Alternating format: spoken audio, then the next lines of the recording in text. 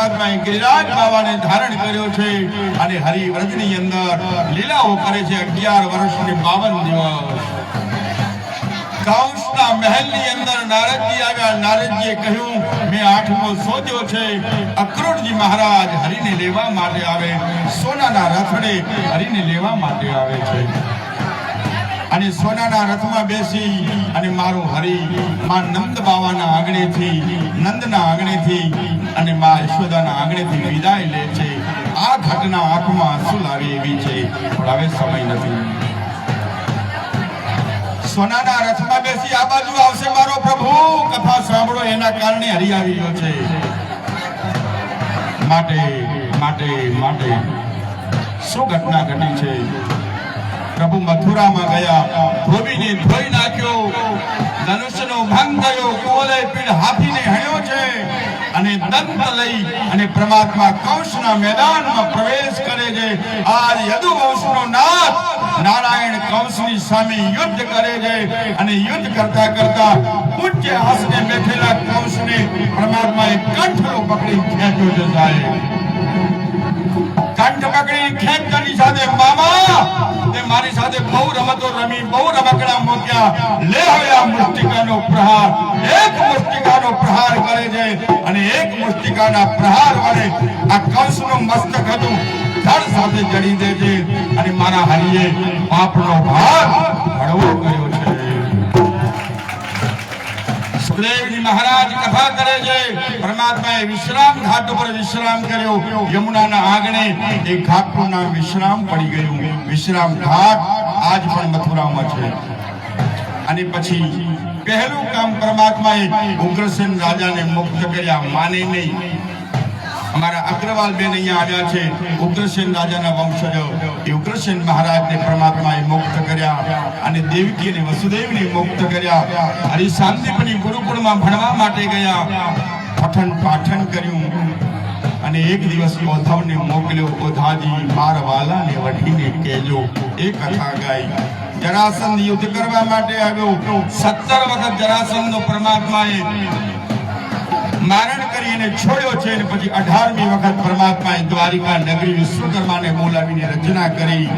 પ્રભુ રણમાંથી રોડ્યા છે એટલે હરિનું નામ પડ્યું રાજા રણ છોડ.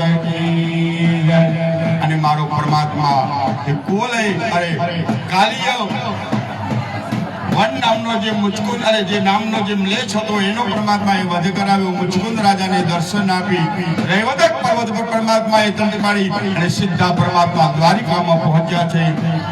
બલરામના રેવતી સાથે લગ્ન થયા છે એ કથા સમજાવી. અને એક દિવસ મહારાષ્ટ્રની અંદર વિદર્ભ અને વિદર્ભના રાજા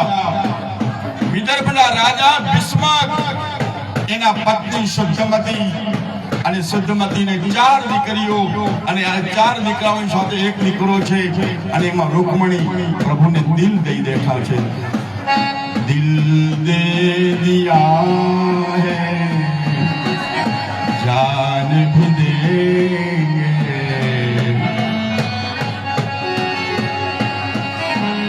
दिल दे दिया है जान देंगे, दगा नहीं करेंगे. दिल दे दिया है जान देंगे, दगा नहीं करेंगे. रब की कसम यारा, रब की कसम.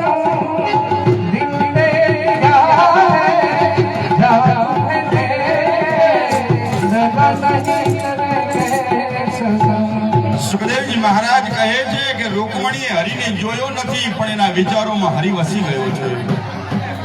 અને પછી 6 શ્લોકોની અંદર રૂકમણી પ્રભુને પામવા માટે પત્ર લખે છે. ફર્સ્ટ લવ લેટર છે આ.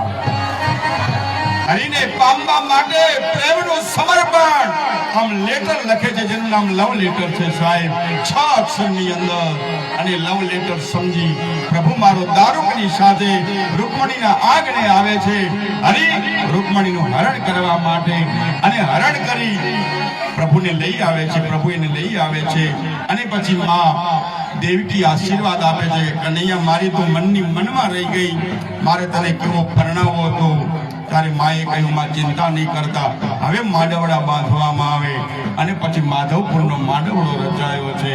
અને માધવપુરના માંડવડાની અંદર આજ ભીષ્મ કન્યા રૂકમણી શુદ્ધવતી પ્રભુના કન્યા દાન કરી રહ્યા છે. આવો આવો મારા વાલા રાધા કૃષ્ણ ટાઉનશીપની અંદર, એ આવો મનમાં ના રહી જાય. આવો આવો મારા વાલા, આજ હરિને હેતેથી પરણાવીએ, હેતે હરિને પરણાવીએ, હેતે હરિને પરણાવીએ. આવો જ્ઞાન આવે છે.